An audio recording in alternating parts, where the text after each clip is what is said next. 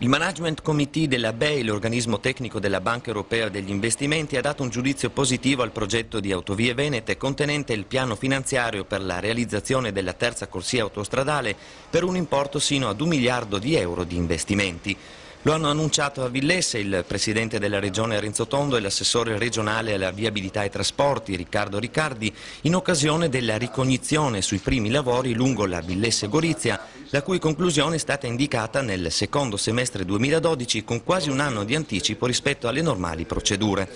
Un grande attestato di fiducia ha osservato lo stesso Tondo da parte della BEI, che ora sarà formalmente ufficializzato a metà giugno nella riunione del board della Banca Europea. E da questo risultato, che conferma la solidità del progetto, ha rimarcato Riccardi, si può associare il fatto che lo stesso presidente Tondo convocherà per il prossimo 22 giugno la conferenza dei servizi per il secondo lotto lungo la A4, certamente la parte più complessa dei lavori lungo la Venezia-Trieste. Hanno preso l'abbrivio i lavori sulla Villesse-Gorizia, confermando quindi che alle parole si è passati ai fatti, ha sottolineato il presidente Tondo, nella convinzione e nella speranza che questo sia il primo passo significativo, importante ma non sufficiente di una costruzione più complessiva di un nuovo sistema infrastrutturale del Friuli Venezia Giulia.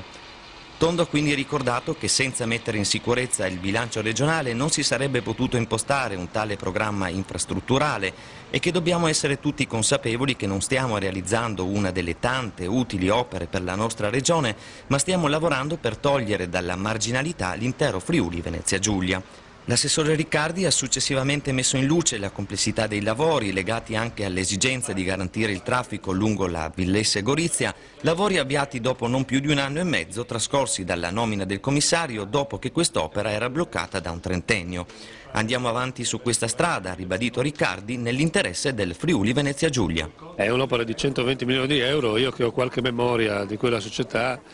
non mi ricordo opere così importanti. Gli ultimi lotti della 28 valevano circa i 2/3 di questo impegno, non solo,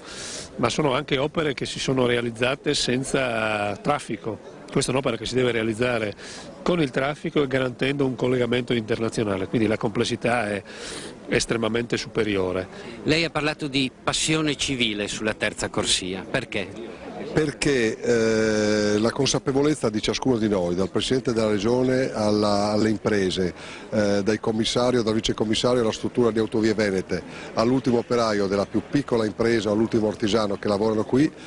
devono avere la consapevolezza che non stiamo facendo una delle tante opere pubbliche utili per questa nostra regione, ma stiamo facendo un passaggio che rimarrà nella storia, cioè stiamo sostanzialmente portando il Friuli al di fuori della sua marginalità, e questo non è una cosa da poco. Una passione civile che in un momento come questo porta ciascuno a fare con maggior determinazione il proprio dovere. Mi pare una cosa positiva, è lo stesso sentimento che si sentiva nell'area del terremoto dopo il 76.